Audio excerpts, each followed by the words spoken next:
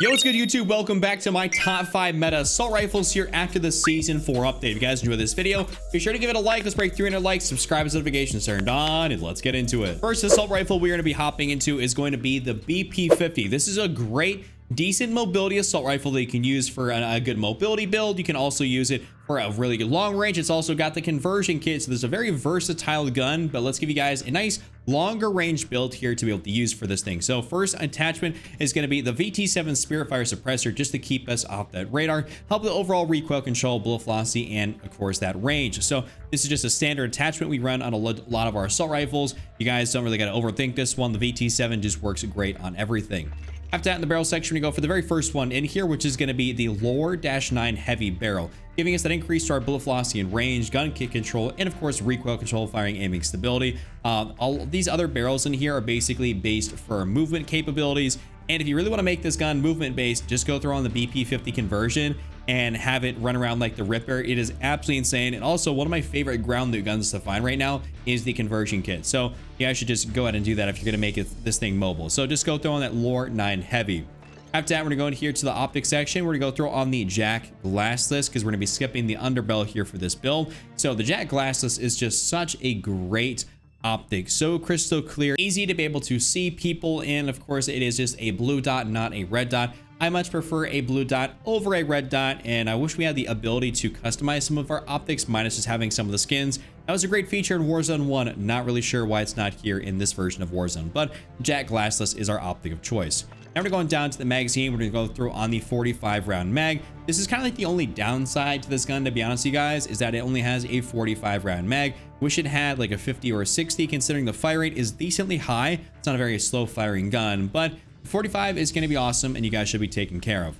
Lastly, in that stock section, we go throw on the Forbearer heavy stock. So this is something that I haven't ran a whole lot of, but it's actually really solid. I normally go for more of a mobility build, which utilizes the iron sights and runs that Moat 40 and like a Bruin heavy support grip, and I then use the iron sights instead of the Jack glassless. But overall, if you're trying to go for a better long range setup, the Forbearer heavy is going to help your overall recoil control quite substantially at 16% across the board for overall horizontal and vertical. So this is going to be my full build right here. Of course, any of you guys want to take that screenshot, now is your chance. Next up is going to be the SOA Subverter. I know this is not technically an assault rifle, but it's basically an assault rifle, and it has stayed within the meta here for the past couple of seasons. Basically, ever since it was introduced, it's never been like kicked out of the meta. So we'll give you guys the best build for it, since I know a lot of people have this thing leveled up and still enjoy using it. First thing, muzzle. We're definitely not going to be running a suppressor around here. This requires a little bit more stabilization, and that is because we're going to be going down here, and we will be using the Casus Break L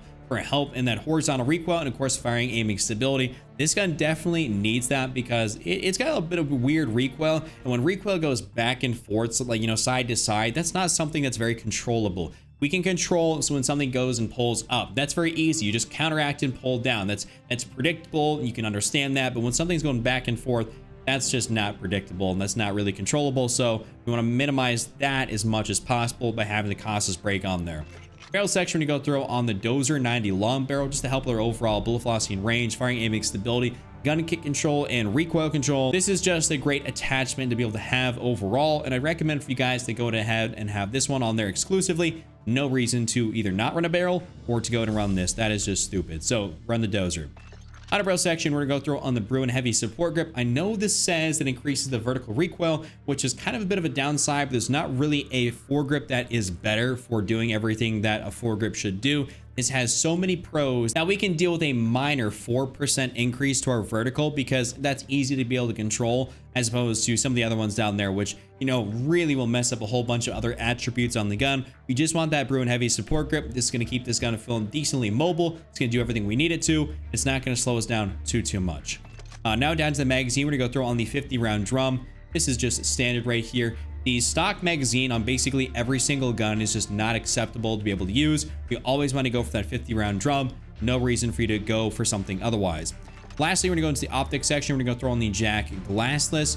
There is a couple options in here. Technically speaking, if you would rather not run an optic, you can go into the stock, and I'll show you guys that in a sec as well. But Jack glassless is going to be my optic of choice, and that will help round out this build so you guys can utilize it like that. But if you really do enjoy the iron sights, want to make it more of an iron sight build, let's say you don't want to use, the jack glasses, you want to take that off, go to the stock section and throw on the Mote Heavy, and that's going to be great. And that will really stabilize this gun out to make it very easy to be able to use. So you can use that. That's great for something like Rebirth Island, Fortune's Keep, Vondel, because of course there's the rotation playlist going right now, which I'm not that big of a fan of, rather than just have only Rebirth Island and then Fortune's Keep, Vondel in a rotation. But that's, a topic for another video. But you have that motion heavy or the jack glassless. Either which way, here is the ability to take that screenshot. Next up, let's give you guys a build here for the MTZ556. This is a great, very minimal recoil gun. And of course, there is a ground loot variant to this gun right now that has literally 0 recoil. I've given out that exact build on the channel, but that's not the one we're gonna be going over today. This one's gonna have a little bit more range.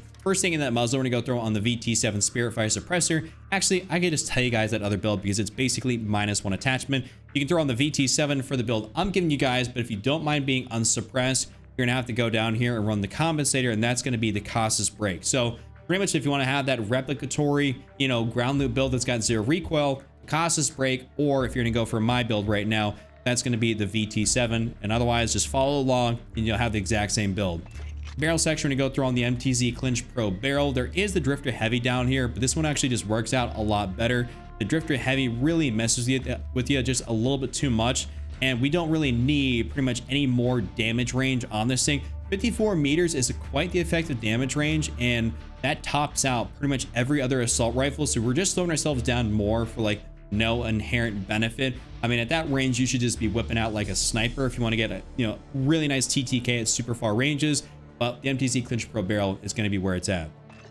Underbarrel section, we're gonna go for that Bruin Heavy support grip. This is just, standard. We run this on a lot of our assault rifles. Ain't really got to explain this one too much. It's the Bruin Heavy, and it works out great for pretty much everything.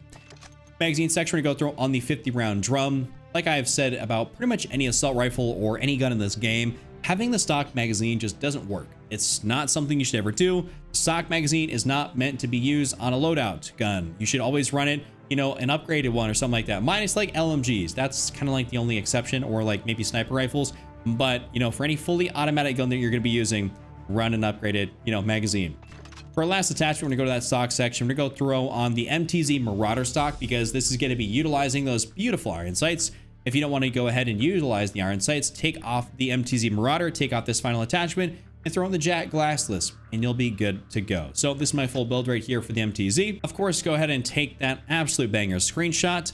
You'll thank me later for this one. Next up, let's get you guys a build here for the Holger 556. This caught a pretty nice buff here within the Season 4 update, putting it back up into the meta slot as one of the top 3 assault rifles you guys should be running. It's a very nice one to be able to use, and I enjoy it. I've been using it in some of my gameplays if you guys have been watching around on the channel.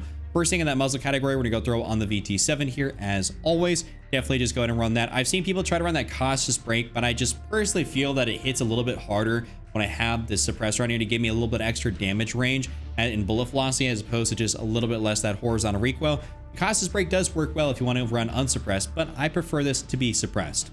Barrel section, to go throw on the Cryos 6 match barrel, giving us the highest possible bullet velocity and range that we can get, and some recoil control. This pushes this out to 46 meters. As you guys may remember, by that MTZ 556, that barrel pushed out to like 51, and of course, and the other one pushed out to, I believe, about 57. So this is the largest barrel in here, and it only pushes it out to about 46. So running that larger barrel in the MTZ was totally overkill, because I mean, nothing else is really going to compete that far for that damage profile. So the Cryos 6 is definitely the way to go on this, and of course, the other barrel in that MTZ. Now we're going down here to the magazine section, throw on the 40 round mag, because we actually don't need an underbarrel for this gun. It's more effective not to run one than it is to run one. So we have the 40 round mag here. I'd prefer this to have like 45, 50, something like that. 60 might be a little bit overkill because it's not a very high fire rate gun, but I could see them adding in like a 45 or a 50, maybe a little bit later on. I think this is still sufficient though for what it needs to do. Optic, we're gonna go ahead and utilize that jack glassless. I really don't recommend to use that Choreo Eagle Eye too much anymore. If you guys want to, use a Choreo Eagle Eye 2.5x, that would be my other optic of recommendation. But overall, I don't really think it's necessary unless you're playing on big map BR or something like that. Then maybe you could swap out that jack glassless for the Choreo Eagle Eye. But otherwise, just run the jack glassless. That's like as much range or as much distance as you need to be able to see anyways. Like when you get outside of the point of they look a little bit too small through your optic, that's probably the point where you should pull out a sniper rifle to try to take them out, like that Kar 98K. actually insanely good. Like the best sniper in the game, hands down by far. Like there's no contest to it. It's just the best. So we have that Jack glasses. By the way, if you want to, I happen to have a video on the channel showcasing that Car 98. Go check that thing out. But our final attachment is the RB Adult Assault Stock here, just to help their overall recoil control and gun kick control. This is just so much better than running that Bruin Heavy because it helps at 9, 14, and 14%, and it only messes with our ADS speed by about 3%, which is pretty rad. So we happen to have that on there. That is going to be our final attachment for the Holger 556. Now go ahead and get that screenshot. This is a great build. Lastly, for our top 5, we're going to be giving you guys a build here for the Tempus Razorback. I had some people call cap on this thing and be like, oh, it's not nearly as good. It's like, dude, this thing got updated and it's really, really solid. You just have to be able to control some of that recoil. This probably is the most recoil out of any gun on this list, but it's still very much so worth using, especially on Rebirth Island, Vondel, basically Resurgence maps. Still very much so worth using. First thing in that muzzle category, we're going to use something that we have not used on any of our assault rifles here yet. That is actually going to be that Zeman 35 compensated flash hider, because this only messes your bullet velocity about 5%, which is not that big of a deal, considering we will be bolstering this quite substantially. So we have that Zeman on there, and that's really going to help stabilize this thing out, you know, as much as we possibly can with this build. Definitely want you guys to have this.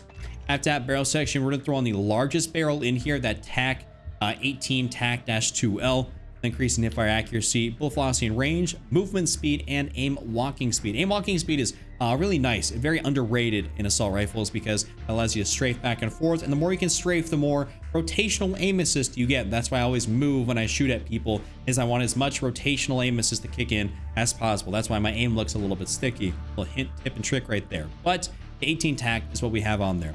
Outer barrel section, we're gonna go throw on not the Bruin Heavy, though this would probably actually work out pretty decently. We're gonna use an underbarrel that's specific to this gun. It's a little bit farther down here. You guys have to scroll past a lot of this BS that's not usable, and that we have to use the DM Proto Grip. So this is the foregrip that is specific to the Tempus Razorback here. A massive, massive increase to our horizontal recoil, gun kick control, aiming idle sway, and of course vertical recoil control. So we're gonna just pop up the stats right here: 5, 35, and 4%.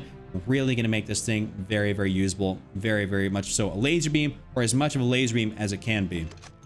Magazine, we're going to throw on the 60 round mag down here. Listen, I am a 60 round mag kind of guy, so I really enjoy running that 60. You guys definitely should be running this. No ifs, ands, or buts about that.